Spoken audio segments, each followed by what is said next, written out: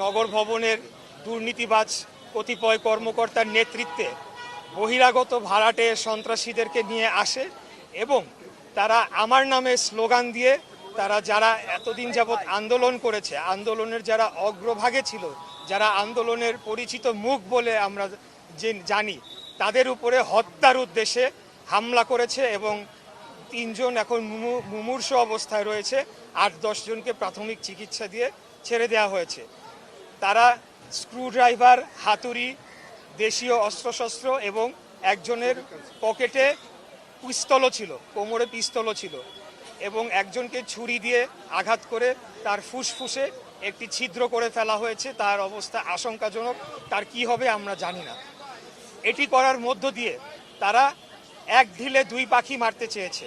প্রথমত তারা আমার নামে স্লোগান দিয়ে বা বিএনপির নামে স্লোগান দিয়ে যখন হামলা করে তখন জনগণের মাঝে এটি দেখানোর চেষ্টা করে যে এটি বিএনপির 2টি গ্রুপের সংঘর্ষ।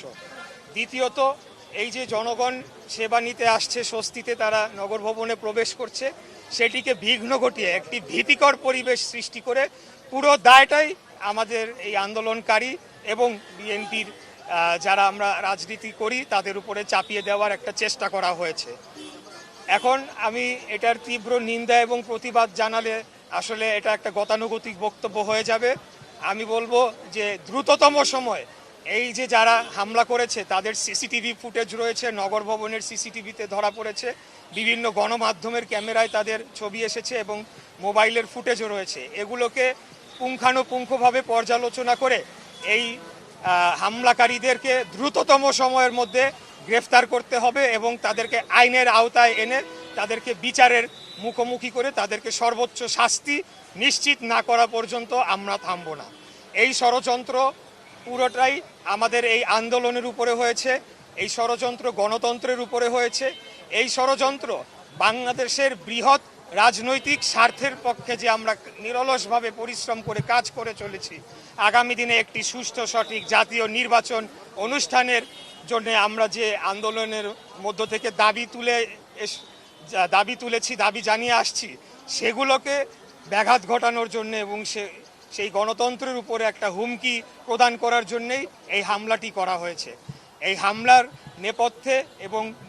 নেপথ্যে এই হামলার নেতৃত্ব দিয়েছে, আমি যারা আহত রয়েছে তাদের সাথে কথা বলেছি, গোলাম কিবরিয়া রুবেল নামে একজন কর্মকর্তা রয়েছে তিনি এবং আরিফুজ্জামান প্রিন্স নামে আরেকজন কর্মচারী নগর ভবনের।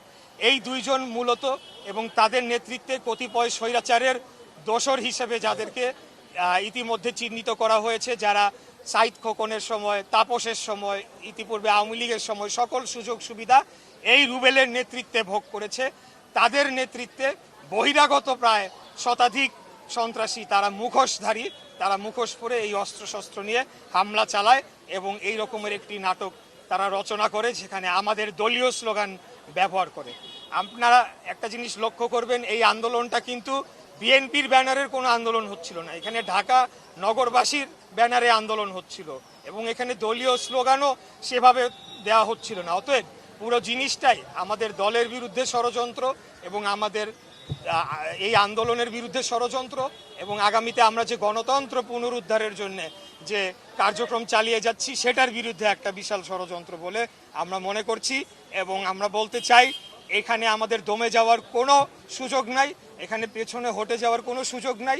আমরা বলছি না যে আমরা এখান থেকে আবার আন্দোলন শুরু করে দিব বা আন্দোলন করে আমরা সব কিছু স্থবির করে দিব, সেটা বলছি না। আমরা জনগণকে আশ্বস্ত করতে চাই আপনারা নির্ভয়ে নির্বিঘ্নে নগর ভবনে আসবেন বা আপনাদের অন্যান্য আঞ্চলিক কার্যালয়ে আপনারা যাবেন।